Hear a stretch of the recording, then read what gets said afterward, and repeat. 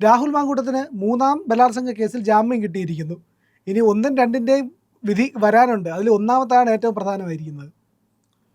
ഒന്നാമത്തതിനെതിരെ അതിജീവിതം കൊടുത്തിരിക്കുന്ന അപ്പീല് ഹൈക്കോടതിയുടെ പരിഗണനയിലാണ്. ഇന്ന് പരിഗണിക്കുമെന്നാണ് ഞാൻ അറിഞ്ഞത്. പരിഗണിച്ചില്ലെന്ന് അറിയില്ല. അപ്പോൾ ഇപ്പോൾ ജാമ്യം കിട്ടിയിട്ടുണ്ട് അദ്ദേഹത്തിന്. അപ്പോൾ അദ്ദേഹം പറയുന്നത് എന്താണെന്ന് വെച്ചാൽ, ഞാൻ ബലാത്സംഗക്കാരനല്ല, ഒരു വ്യഭിചാരി മാത്രമാണെന്നാണ്. ബലാത്സംഗമല്ല, ഞാനൊരു വെറുമൊരു വ്യഭിചാരി ആയവരെന്നെ ബലാത്സംഗക്കാരനെന്ന് പറയരുത് എന്നാണ് അദ്ദേഹം പറയുന്നത്. ഇതിൻ്റെ ഒരു കാര്യം എന്താണെന്ന് വെച്ച് കഴിഞ്ഞാൽ, ഒരു പ്രസ്ഥാനത്തിന് സംഭവിക്കുന്ന ഡീജനറേഷൻ്റെ ആഴവും പരപ്പും ഈ രാഹുൽ മാങ്കൂട്ടത്തിൽ സംഭവത്തിൽ നമുക്ക് കാണാൻ കഴിയും. കാരണം ആഘോഷപൂർവ്വമാണ് അദ്ദേഹം KSU നേതാവായിട്ട് വരുന്നു, അദ്ദേഹം വക്താവായിട്ട് വരുന്നു. വക്താവായിട്ട് വന്നിട്ട് അദ്ദേഹം ഒരുതരം വാക്കുകൾ കൊണ്ട് ഗുണ്ടായിസം നടത്തുന്നു. അങ്ങനെ വാക്കുകൾ കൊണ്ടുള്ള അദ്ദേഹത്തിൻ്റെ ഗുണ്ടായിസത്തെ അംഗീകരിക്കുന്നു, ആദരിക്കുന്നു. അത് കഴിഞ്ഞ് അദ്ദേഹം ഉടൻ തന്നെ വ്യാജ വോട്ടർ ID ഉണ്ടാക്കി എന്ന ആരോപണം നേരിട്ടുകൊണ്ട് യൂത്ത് കോൺഗ്രസിൻ്റെ പ്രസിഡൻ്റായിട്ട് വരുന്നു. അത് കഴിഞ്ഞിട്ട് അതിൻ്റെ അന്വേഷണത്തിൽ എന്താണ് അതിൻ്റെ കാര്യമൊന്നും ഇപ്പോഴും ആ കേസ് നിലനിൽക്കുകയാണ്. ഒന്നും അറിഞ്ഞിട്ടില്ല നമ്മൾ എന്താ സംഭവിച്ചേക്കണെന്നുള്ള കാര്യം. അതായത് തെരഞ്ഞെടുപ്പിൽ കൃത്രിമം കാണിച്ച് സംഘടനാ പ്രസിഡൻ്റ് ആയി എന്നുള്ളതാണ് അതിൻ്റെ ചുരുക്കം. അത് കഴിഞ്ഞിട്ട് അദ്ദേഹം ഉടനെ പോയിട്ട് MLA ആകുന്നു. അപ്പോൾ ഇദ്ദേഹത്തിന് തേരിലെടുത്ത് ആനയിക്കാൻ വേണ്ടി ഷാഫി പറമ്പിൽ നിൽക്കുന്നു. ഷാഫി പറമ്പിൽ അദ്ദേഹത്തിൻ്റെ ഏറ്റവും അടുത്ത സ്നേഹിതനായിട്ട് ഇദ്ദേഹത്തെ എടുക്കുകയും ഇദ്ദേഹത്തെ അവതരിപ്പിക്കുകയും ചെയ്യുന്നു. ഇദ്ദേഹം അന്ന് വരെ യൂത്ത് കോൺഗ്രസ്സിലും ഒക്കെ ഉണ്ടായിരുന്ന എല്ലാ നേതാക്കളെക്കാളൊക്കെ ഉയരത്തിലെത്തുന്നു.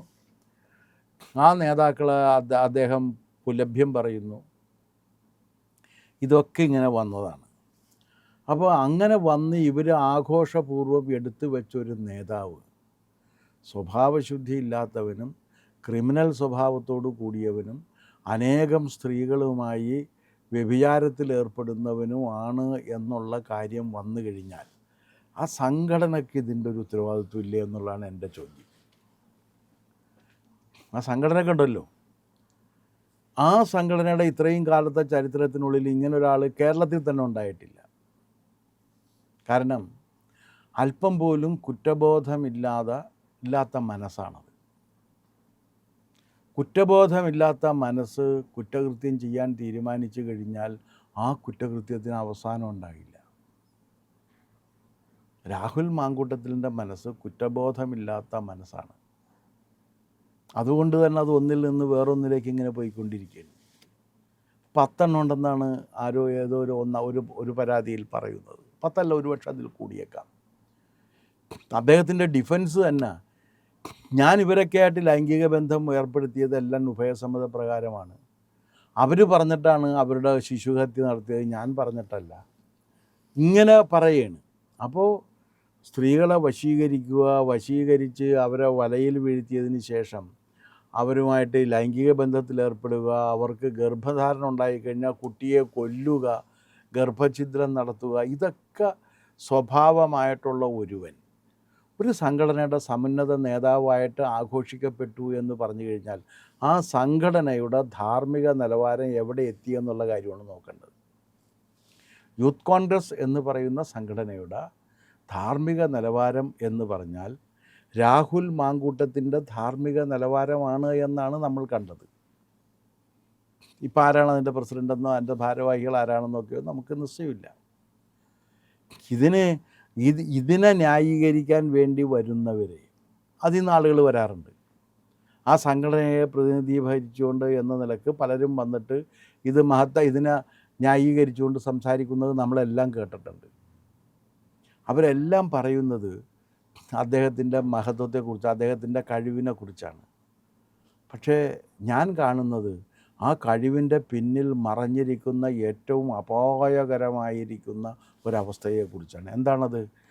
കാരണം യാതൊരു പാപബോധവുമില്ലാതെ, കുറ്റബോധവുമില്ലാതെ, മനഃചാഞ്ചല്യമില്ലാതെ കുറ്റകൃത്യം ചെയ്യാൻ കഴിയുന്ന ഒരാൾക്ക് ഒരു രാഷ്ട്രീയ നേതാവായിട്ട് വരാൻ കഴിയുന്ന അന്തരീക്ഷം ഇന്ന് കോൺഗ്രസ് ഒരുക്കി കൊടുത്തിരിക്കുന്നു എന്നുള്ളത് ആ സംഘടനയെ നമ്മൾ ഭയത്തോടെ വേണം വീക്ഷിക്കാൻ എന്നുള്ളതിൻ്റെ തെളിവാണ്. കാരണം ആ സംഘടന വളർത്തിക്കൊണ്ടുവരുന്ന ഇങ്ങനെയുള്ള ഒരാൾക്കാരെയാണ്. ഇപ്പോഴും അതിൽപ്പെട്ട ആണും പെണ്ണുമെല്ലാം അതിൻ്റെ പിന്നാലെയാണ്. അപ്പോൾ അതിൻ്റെ നേതൃത്വത്തിലും അതിനുവേണ്ടി വൈതാളികരായി വന്നിട്ടുള്ളവരും ഈ രാഹുൽ മാങ്കൂട്ടത്തിലിനെ പോലെ തന്നെ ആ ക്രിമിനൽ പശ്ചാത്തലത്തെ അറിഞ്ഞുകൊണ്ട് സ്വീകരിക്കുകയും അതിനെ ആഘോഷിക്കുകയും ചെയ്യുന്നവരാണ്. അപ്പോൾ അത്തരത്തിൽ ഒരു ക്രിമിനൽ സംഘത്തിന് അഭയം കൊടുക്കുന്ന സംഘടനയായി യൂത്ത് കോൺഗ്രസ് മാറിയതിൻ്റെ കൂടി തെളിവാണ് രാഹുൽ മാങ്കൂട്ടം. സാറേ, പുതിയൊരു ജനറേഷൻ്റെ ചോദ്യമുണ്ട്. അവരവർക്ക് ഇഷ്ടമുള്ളവർ ജീവിക്കുന്നു. ഇതിൽ പരാതി കൊടുത്ത 3 പേര്, ബാക്കി 7 പേർക്ക് പരാതി ഇല്ലയെന്ന് ഓർക്കണം എന്നുള്ളത് പറയുന്നുണ്ട്. അങ്ങനെയാണെങ്കിൽ 2 പേര് ഉഭയസമ്മതപ്രകാരം ലൈംഗിക ബന്ധത്തിൽ ഏർപ്പെട്ടാൽ മറ്റുള്ളവർക്ക് എന്താ പ്രശ്നം എന്നൊരു ചോദ്യം വരുന്നുണ്ട്. അല്ല, മറ്റുള്ളവർക്കകത്ത് പ്രശ്നമുണ്ട്, മറ്റുള്ളവർക്കും പ്രശ്നമുണ്ട്. അതെങ്ങനെയാണ്? ഒരു പൊതു ജീവിതത്തിൽ നിൽക്കുന്ന ഒരാൾ, അയാൾ പാലിക്കേണ്ട കുറേ മാന്യതകളുണ്ട്. ഈ മാന്യതകൾക്ക് അർത്ഥമുണ്ടോ എന്നൊരു ചോദ്യം ആ മാന്യതകൾക്ക് അർത്ഥമുണ്ട്. സമൂഹത്തിൽ ജീവിക്കുമ്പോൾ അർത്ഥമുണ്ട്.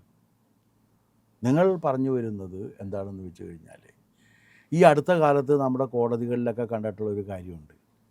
അതെന്താണെന്ന് വെച്ചാൽ, പഴയ വാക്ക് എന്താണെന്ന് വെച്ചാൽ ജാരൻ എന്നായിരുന്നു. കേട്ടിട്ടുണ്ടാകും, അങ്ങനെ ഒരു വാക്ക് മലയാളത്തിലുണ്ടായിരുന്നു. അതെ, ഒരു മോശം അർത്ഥമുള്ള വാക്കാണ്. ആ വാക്ക് നമ്മുടെ കോടതികളെല്ലാം കൂടി ചേർന്ന് മാറ്റിയിട്ട് അമ്മയുടെ ആൺ സുഹൃത്ത് എന്നാക്കി മാറ്റിയിട്ടുണ്ട്. കാരണം ഏറ്റവും നല്ലൊരു വാക്ക് ഉപയോഗിക്കുന്നു. എന്താണ്?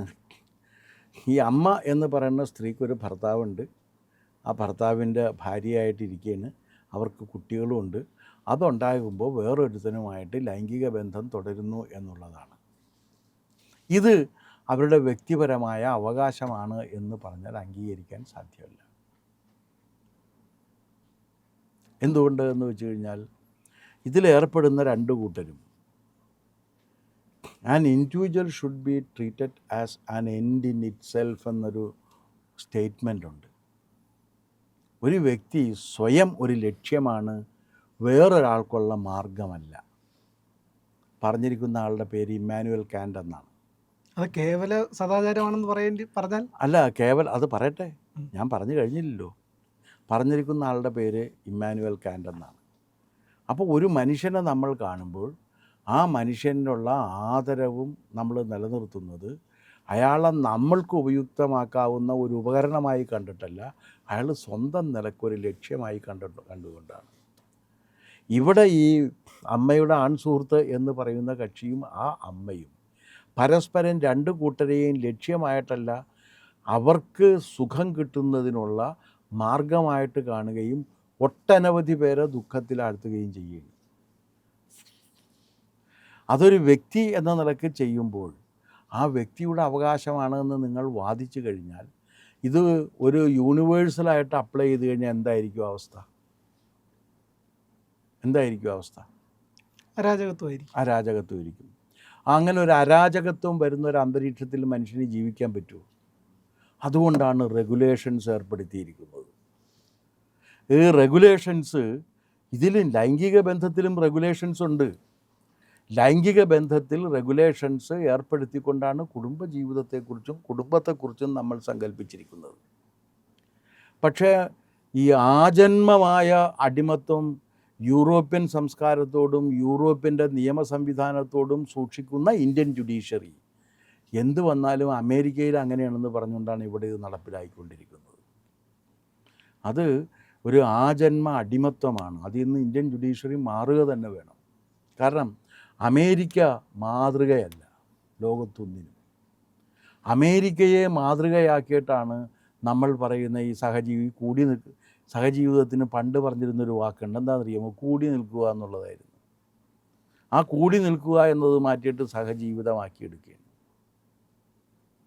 കൂടി നിൽക്കുക എന്നുണ്ടായിരുന്നൊരു വാക്ക് മലയാളത്തിലുണ്ടായിരുന്നു. അങ്ങനെ കൂടി നിൽക്കുന്നവരെക്കുറിച്ച് മലയാളികൾക്ക് വലിയ മതിപ്പുണ്ടായിരുന്നില്ല. പക്ഷേ ഒരു സമൂഹത്തിൻ്റെ കാര്യങ്ങളെക്കുറിച്ച് ആലോചിക്കുകയും ഒരു സമൂഹത്തിൽ ക്രമവും സമാധാനവും നടപ്പിലാക്കുന്നതിന് വേണ്ടിയാണ് നിയമ സംവിധാനം ഉണ്ടാക്കിയിരിക്കുന്നത്. ഏതെങ്കിലും ഒരു വ്യക്തിയുടെ അനിയന്ത്രിതമായ സ്വാതന്ത്ര്യം നടപ്പിലാക്കുന്നതിന് വേണ്ടി അല്ല നിയമ സംവിധാനം. നമ്മൾ ദയവായിട്ട് മനസ്സിലാക്കണം. നിയമ സംവിധാനം നമ്മുടെ സമൂഹത്തിൽ ക്രമവും സമാധാനവും, ലോ ആൻഡ് ഓർഡർ, അതുണ്ടാക്കുന്നതിന് വേണ്ടിയിട്ടാണ്. അതിനു വേണ്ടിയാണ് നിയമം ഉണ്ടാക്കിയിരിക്കുന്നത്. അതിന് പകരം അരാജകത്വം സൃഷ്ടിക്കുന്ന തരത്തിലുള്ള ജീവിത രീതികൾക്ക് നിയമത്തിൻ്റെ പിന്തുണ കൊടുത്തു കഴിഞ്ഞാൽ അത് സമൂഹത്തെ തകർക്കും.